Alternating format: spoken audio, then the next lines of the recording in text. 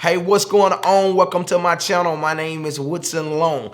On this channel, I cover tips, tricks, and strategies on filmmaking and storytelling. But today, I'm showing you guys what's in my camera bag.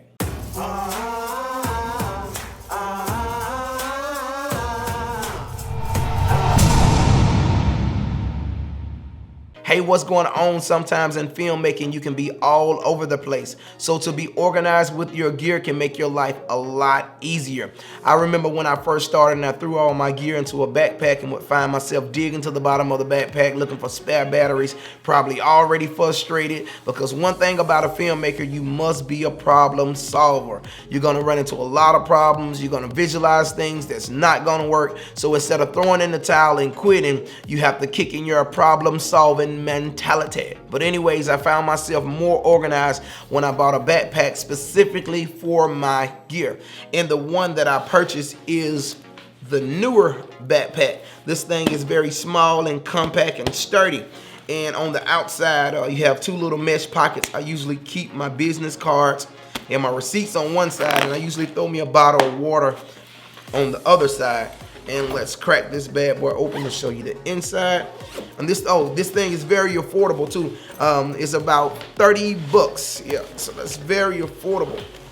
On the inside of the lid, you have two little mesh pockets. I usually keep my reversible screwdriver on this side. This is a very useful little tool because now it's a Phillips head, but you can take this thing out and reverse it, and it turns it into a flathead. So this is a very useful little screwdriver. I'm not gonna take all these cords out at the bottom, but I usually keep my adapters, splitters, and different little cords in here. Got some AA batteries, 9-volt batteries for some audio gear that I'm gonna show you. All right, I'm gonna seek it out, show you guys the inside of the backpack without flipping everything over. This is the inside of the backpack. And what I love about these little inserts here, you actually can, it's like Velcro, you can actually take these out and move them around for your gear. You know, maybe you have more lenses, maybe just one camera. I have two cameras in here. So you can move your little dividers around according to the gear that you have. But moving on to the cameras, I love to keep at least two cameras with me. And these are DSLRs. These are the Canon 80Ds. And the reason why I like to keep two cameras with me, a lot of times when I shoot documentaries, I like to get like a mid shot and a close-up. Or if I do like maybe two people talking, you know, I get a wide shot and then I can use a close-up on each one of them with the other camera. So these are two Canon 80Ds, which are awesome cameras. Moving on to the lenses.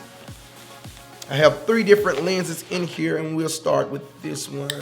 This is the Sigma 18 to 35 1.8. This is a beautiful lens, rich in clean and crisp videos. Highly recommend this. Get some nice wide shots of landscapes or, you know, establishing shots. This is a beautiful lens. Highly recommend the Sigma 18 to 35. Next up, we have the Canon 50mm 1.8, also known as the Nifty 50. This thing is beautiful for when you're shooting weddings and shooting B-roll, and also this is the most normal to the human eye. Highly recommend this little bad boy. And the next lens is the Canon 75 to 300. This is a telephoto lens. But don't get me wrong, this is a good lens, but the only thing about this lens, it does not have a consistent aperture, which means that when you zoom in and zoom out, your footage is gonna get lighter and darker. But don't get me wrong, I shot a lot of seminars and speakings with this lens. As long as you go ahead and set your focal length and keep it there, you'll be good. I mean, you get a beautiful picture with this thing, but I'm probably gonna end up upgrading to this Canon 70 to 200 with the aperture of 2.8 because it has a consistent aperture, which means I can zoom in and zoom out and my picture will stay the same. Moving on, let's talk about this. This right here, if I can get it open, this is a ND filter.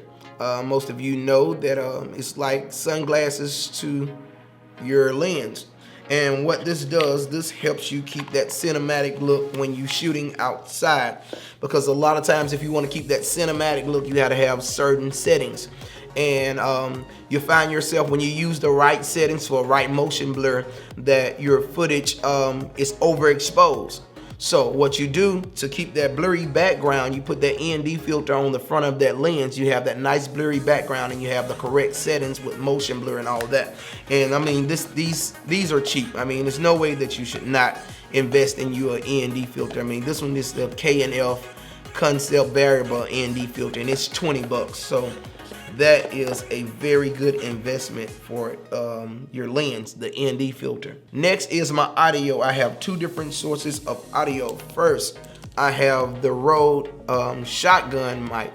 This is a very awesome mic. Now, when I'm on a run and gun style, I can actually mount this bad boy on the top of my camera, and I can do some run and gun stuff. Pretty much the run and gun style vlogging. You can also do weddings with it. I mean, it's a very nice quality of audio. Next is the Zoom H1 hand recorder. This is an awesome little mic, and I also have this little lavalier that I purchased. This is a Purple Panda lavalier microphone, and I actually can, if I can get it out here, I actually can plug this lavalier mic on the inside of this hand recorder, and it has a little clip on the back. And I can clip this on the back of someone's belt and clip this on the front of the shirt. So now I can use my hand little recorder as a lavalier mic, and this is good for like documentaries. Or if you have a speaker, you can connect this on the back of his belt and clip this on the front of his shirt. Now you can capture some clean audio from the speaker. This is an awesome little setup, the Zoom H1 paired with the Purple Panda lavalier microphone. And last but not least, I have this black little box. I purchased the Zhiyun Crane 2, the motorized gimbal, and I think a piece of the follow focus came in this little box. But what I did, I took this little box and I put all of my SD cards in here. So it's a nice little space that I use to put my little SD cards in it and throw it in my backpack. But yeah, that's what's in my backpack, and it can keep you organized with your filmmaking gear. And it comes in only 30 bucks. So I highly recommend the Neewer backpack to stay organized with your filmmaking gear. But I highly appreciate you guys, if you found this video helpful, to hit that thumbs up button, subscribe to this channel to get my upcoming videos. Until next time, my friend.